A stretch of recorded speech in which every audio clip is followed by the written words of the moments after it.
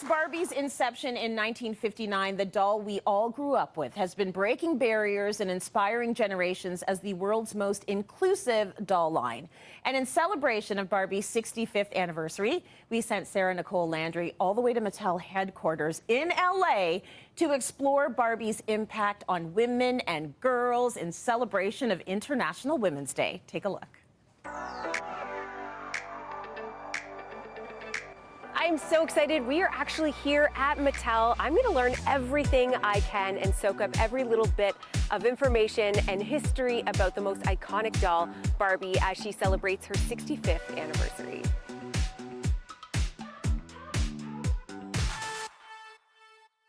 So here is the actual original Barbie. Now, if you remember from the Barbie movie, Margot Robbie steps in as the original Barbie. This is from 1959, probably the most iconic, and you'll see that sort of repeat again in the 2024 version.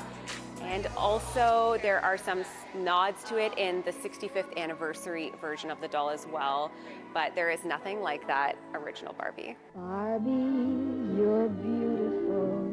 Barbie really was a trailblazer right from the start. At that time, the only dolls that existed in the marketplace were baby dolls, which encouraged little girls to be caregivers, nurturers, moms, etc. Someday I'm gonna be exactly like you. Till then I know just what I'll do. Ruth Handler, the creator of Barbie, had a different idea for her daughter. She wanted her daughter to believe that she could grow up and be anything she wanted to be. And so she created the very first ever fashion doll, which is Barbie. Purses, hats, and gloves galore, and all the gadgets gals adore. You know it, and so does your little girl. We girls can do anything, right, Barbie? This slogan of "we can be anything, you can be anything," that started in 1985, and it really changed the way that people viewed Barbie and ourselves on opportunities of different careers or hobbies. Well, Barbie's had many journeys over her 65 years, and again, was created to inspire and empower girls to believe they could be anything. We girls make work and lots of fun, right, Barbie? This campaign you're referencing in the 80s was a big deal at that time because it was the first time we started seeing women CEOs. It was a big deal to show the world that girls can really do anything, and so Barbie leaned in hard to that message. One of the things I'm most proud of is our diversity and inclusion. Showing different lifestyles, stories, representation of human beings. We're now the most diverse and inclusive doll line on the market. That is incredible because it means more people see themselves and more people can be inspired to achieve their dreams. Paget Dr. Barbie. Here's the doctor and her cutest patient, isn't she sweet? Dr. Barbie's gonna listen to her little heartbeat. It's really beating. Diversity has always been a part of the brand. Kitty Black-Perkins created the first black Barbie doll ever that was called Barbie, and that's incredible. And we stand on her work and her foundation to continue to move forward. Barbie on the cover of Time magazine. What was that like for you to see that, and tell me a little bit more about it?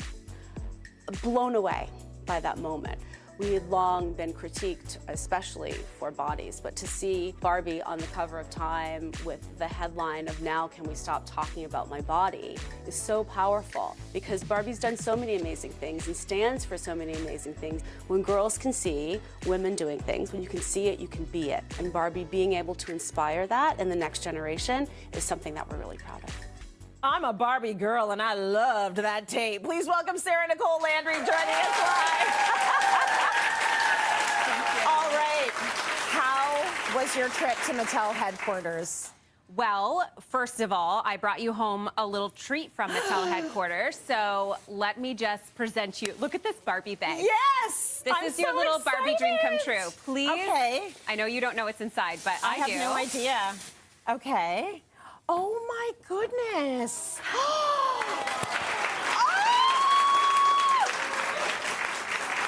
So it's a Roots Barbie collab? Yes. You can be anything. Quality and integrity since 1959. Oh my gosh, this is beautiful. And if you see, it has the little 65 stitched on it too to commemorate her 65th anniversary. This is good. Yeah. This is, thank you. You're welcome.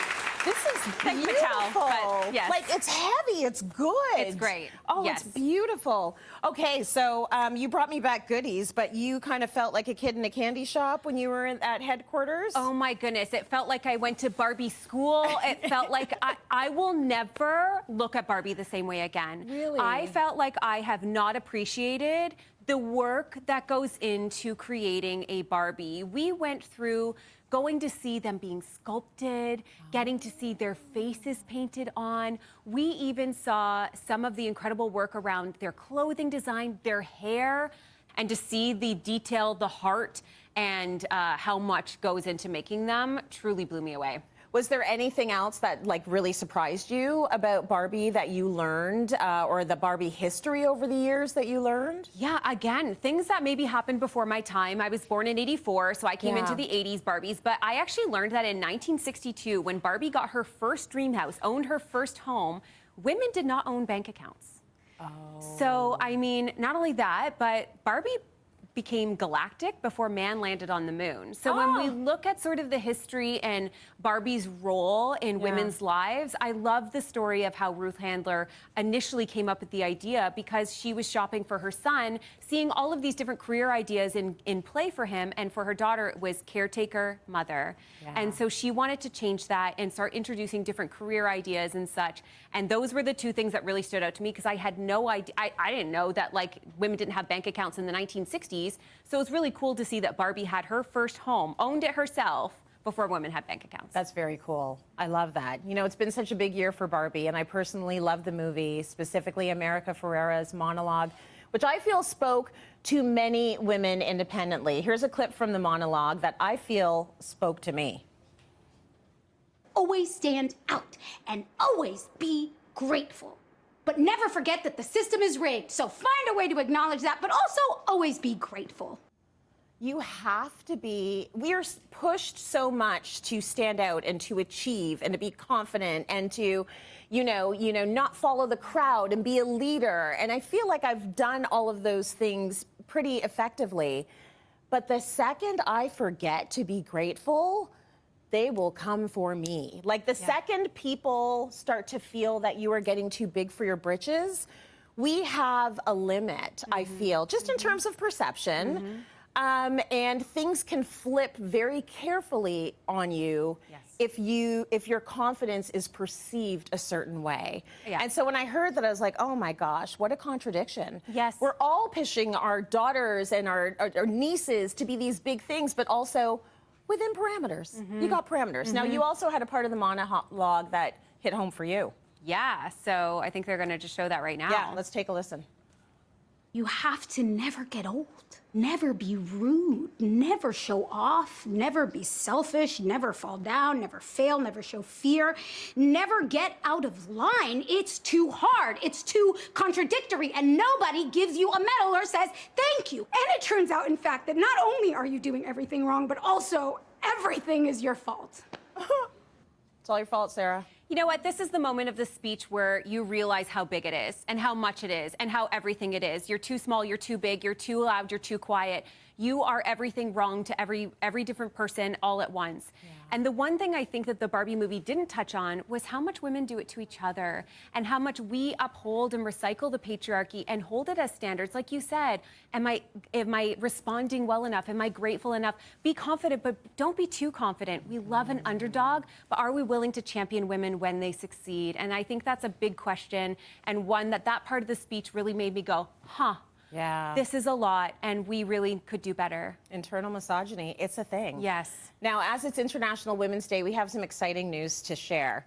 Barbie is honoring, let's get the prompter up here because I got to get this one right. Barbie is honoring 9 women worldwide who are shaping the future through their inspiring stories with a one-of-a-kind role model doll. And Canada is being represented by, let's go girls, Shania Twain!